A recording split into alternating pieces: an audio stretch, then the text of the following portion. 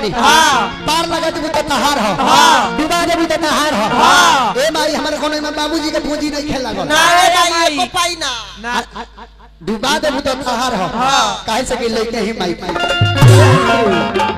रहलबानी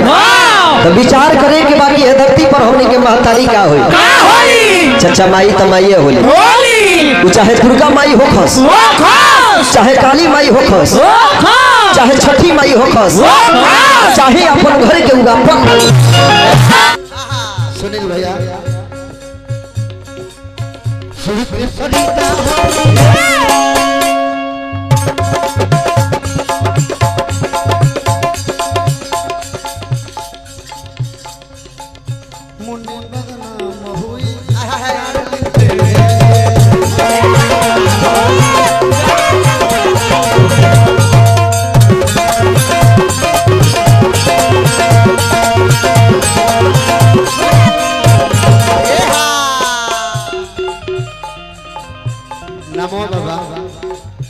भोर पड़त ए मारा छोरी हमरे नाम धदी हां तार बाबू पैसा देले हां परम दिन बहुत सुंदर कलाकार नंद किशोर राय जी चाचा हमरा के पुरस्कार देनी नाल बादक है तो बनी आशीर्वाद के कामना करब हमनी के उम्र हुआ में लाग जाओ हमरो में से 5 मिनट हो 82 में से पूरा हो 82 में के पूरा लाग जाओ हां पूरा लाग जा बिहाने बांस कटाए के शुरू हो जाई हालांकि सुजीत बाबा उनकर उम्र खत्म बा वाह कह सके देखो तनी मुड़ी में के झोर गइले उनकर उम्र लेके का करे ओ उम्र में 10 को मर्डर केस बा अरे मात्र 3 महीना तो बचले बा सुर के सरिता कल के तलैया मन पर गोदिया में खेले वाला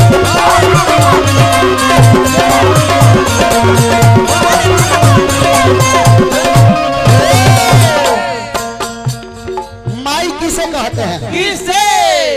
अब बाबूजी के करा के कहल जाला के करा के माई के करा के कहल जाला के करा के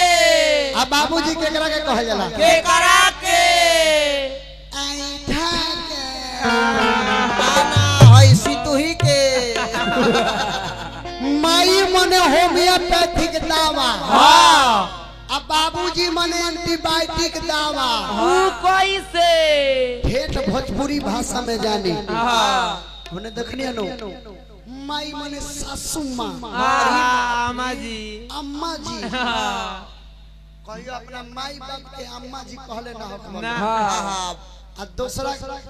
दूसरा के अम्मा जी आ माई कहत हलो अरे धन रे बेटा अपन माई खइला बिना बिगत तारी दम ओइसन अगर माई जानत हो कि हमार बेटा हेमन होई तो सौरिये में नून चटा देले रही जाए बेटा निकल गइल मार्केट में माई मने होमियोपैथिक दावा आ बाबूजी मने एंटीबायोटिक दावा वो कैसे एक बात करुआ सब जानी बताई माई होमियोपैथिक दावा कैसे भइली कैसे माई के ममता अनमोल होला हमार गाँव में एकदम शांत में सब बुझाई हां हां आ ओने मार बुझा तक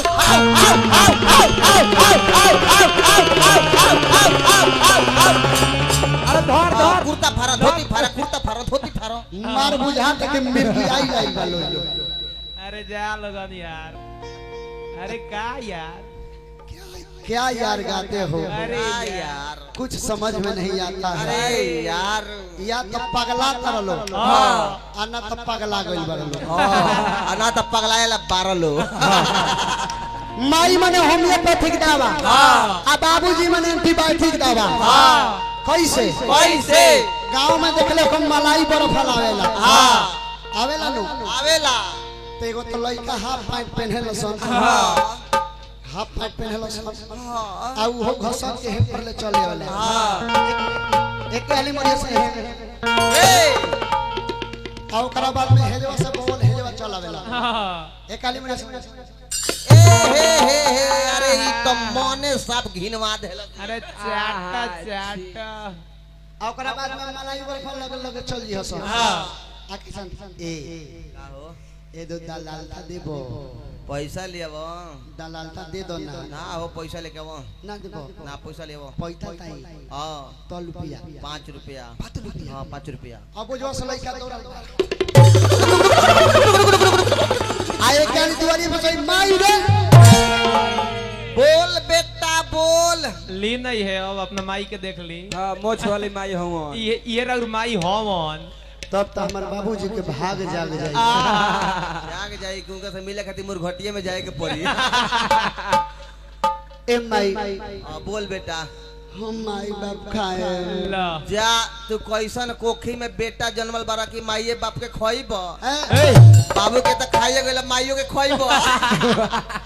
लइका मलाई बर्फ कहता हम मलाई बर्फ खाए पैसा दे पैसा कहाँ बारे तोर बाबू गइल कमाए तो नहीं चटकल में चटक गइले पैसा ना दे कहाँ से पैसा दी तो अनाज दे अनाज कहाँ भइल बा देहू दे गेहूं नहीं खे चाउर दे चाउरो नहीं खे आटा दे आटा कहाँ बा ना देबे कहाँ से दी रे ना देबे कहाँ से दी ना देबे तो तू तब फार फार कुर्ता फार लगी पैजामा मत फरी है काहे काहे की अनहारे लऊ की अनहर लौके नो तो तू भाई हमें भेपर बार दी हां भेपर बार देव सर बगले में नेपाल बजाए के पड़ जा के बनवावे पैसा नहीं खे कहाँ से पैसा दी पैसा ना देबे नु हां ना देबे नु तो तोला दे पम औली ली थूक थूक तोर बाबू बड़ी चाव से चाटे लन पैसा ना देबे कहाँ से पैसा दी रे ना देबे कहाँ पैसा बा पैसा ना देबे नु तम बुना बाई मूली में दे दा पोत दे पोच पोच तो मुनो भाई बड़ी चाव से पोटा चाटे लन पैसा ना देबे कहाँ से पैसा दी ना देबे कहाँ से दी रे ना देबे कहाँ से दी चुप चुप चुप चुप माई के ममता वही जा बुझाला माई होम्योपैथी को ही जा बुझाला माई कहली अगर ना मनबे अगर ना मनबे तो गेहूं ले ले आ ले जाके ते कीन ले ए महाराज लइका डेढ़ी में से गेहूं ले लेला हाँ आ ओकरा बाद में एगो पाई ठेंग मार ले खाली आ ओकरा बाद में होतना दूर गइल बला ए लूटा लूटा लूटा लूटा लूटा लूटा लूटा लूटा लूटा अरे लूटा हो तले दुआरिये पर बाबूजी रहेला हाँ कहले करे करे खइबे मलाई बड़ा खाइबे खिवा दी खिवादी चपो चपवा दी चपबो चपवा दी एके हाली मरिया ने क्या ई का होता अरे ई क्या होता जनरेटर यार लेती है तमाई होम्योपैथिक दवा भाई हाँ अब बाबूजी एंटीबायोटिक हाँ एक बार में तन देना मरिया सूते को देना तो पाएते गीला हो ओहे कहे करा 10 गो आचार्य के बराबर एगो गुरु का स्थान होला 100 गो गुरु के बराबर एगो बाप का स्थान होला होला एगो दुगो ना 1000 बाप के बराबर एगो माई का स्थान होला आहा होने सुनबे बनी है तमेव माता च पिता तमेव पहले माई के वर्णन कइल गइल बा पहले लिखाई सीता तब राम पहले लिखाई गौरी तब शंकर पहले लिखाई लक्ष्मी नारायण ऐसे कहे बेटा बाबा हुकमरा चंद पलाला बाबा हुकमरा चंद पलाला करले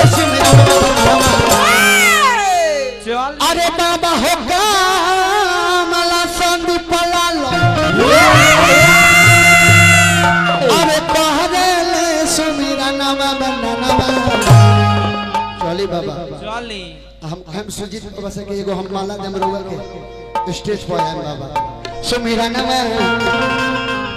अरे तोहार मोरीले कि तोहर पुकार